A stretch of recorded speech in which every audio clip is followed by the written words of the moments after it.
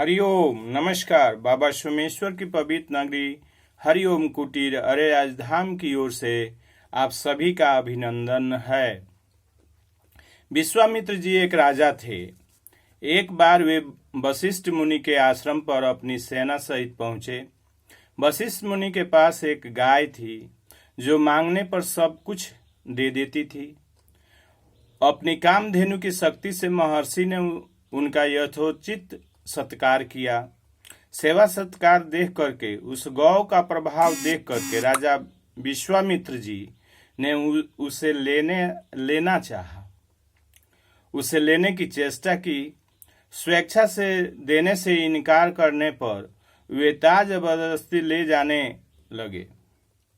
कोई भी चीज तो जबरदस्ती नहीं लिया जाता है, लेकिन उसी समय ऐन मौके पर कामधेनु ने महर्षि से अनुमति प्राप्त कर अपने शरीर से लाखों सैनिक प्रकट करके विश्वामित्र की सेना को पराजित कर दिया और कामधेनु ने अपनी मातृशक्ति को प्रदर्शित कर दिया। शुभ कार्य करने वाले का जीवन ही पवित्र बनता है, लेकिन कोलकाता में आजकल शुभ के बदले अशुभ ही अशुभ हो रहा है। तो आइए इसी संदर्भ में भोजपुरी में एक रचना की गई है जिसको सुना जाए। आइए कलकत्ता चलते हैं। टीएमसी के गोरिया रे, जुमला तुर बोलिया रे।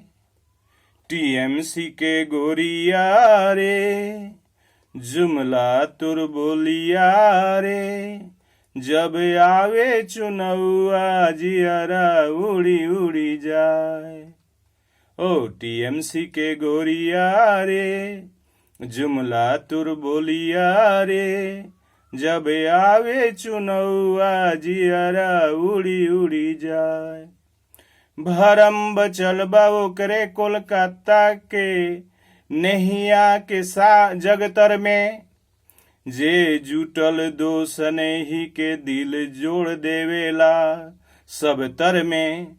कबो यात्रा के यातना से ना डरे राही बहतर में।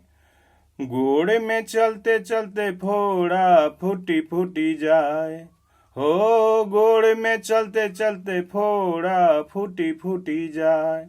टीएमसी के गोरिया रे, जुमला तुर बोलिया रे। जब आवे चुनौआ जियरा उड़ी उड़ी जाए। हिमालय के तपे के लगन जेकरा के बढ़ावेला।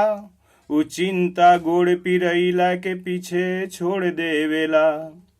नदी के धारा जे मरुस्थल के ओरी मोड़ देवेला। तरसल धारा के जल से नाता जोड़ी जोड़ी जाए।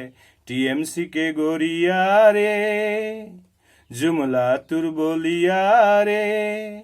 जब आवे चुनौआ जियरा उड़ी उड़ी जाए। कबो दुनिया भला ओकरा के का कही जौहर। जे तनी सा बात पर करके वादा तोड़ देवेला। धरती पर कोहराम बचावे में जे आगे रहेला।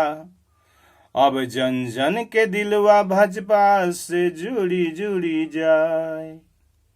हो अब जन जन के दिलवा भाजपा से जुड़ी जुड़ी जाए।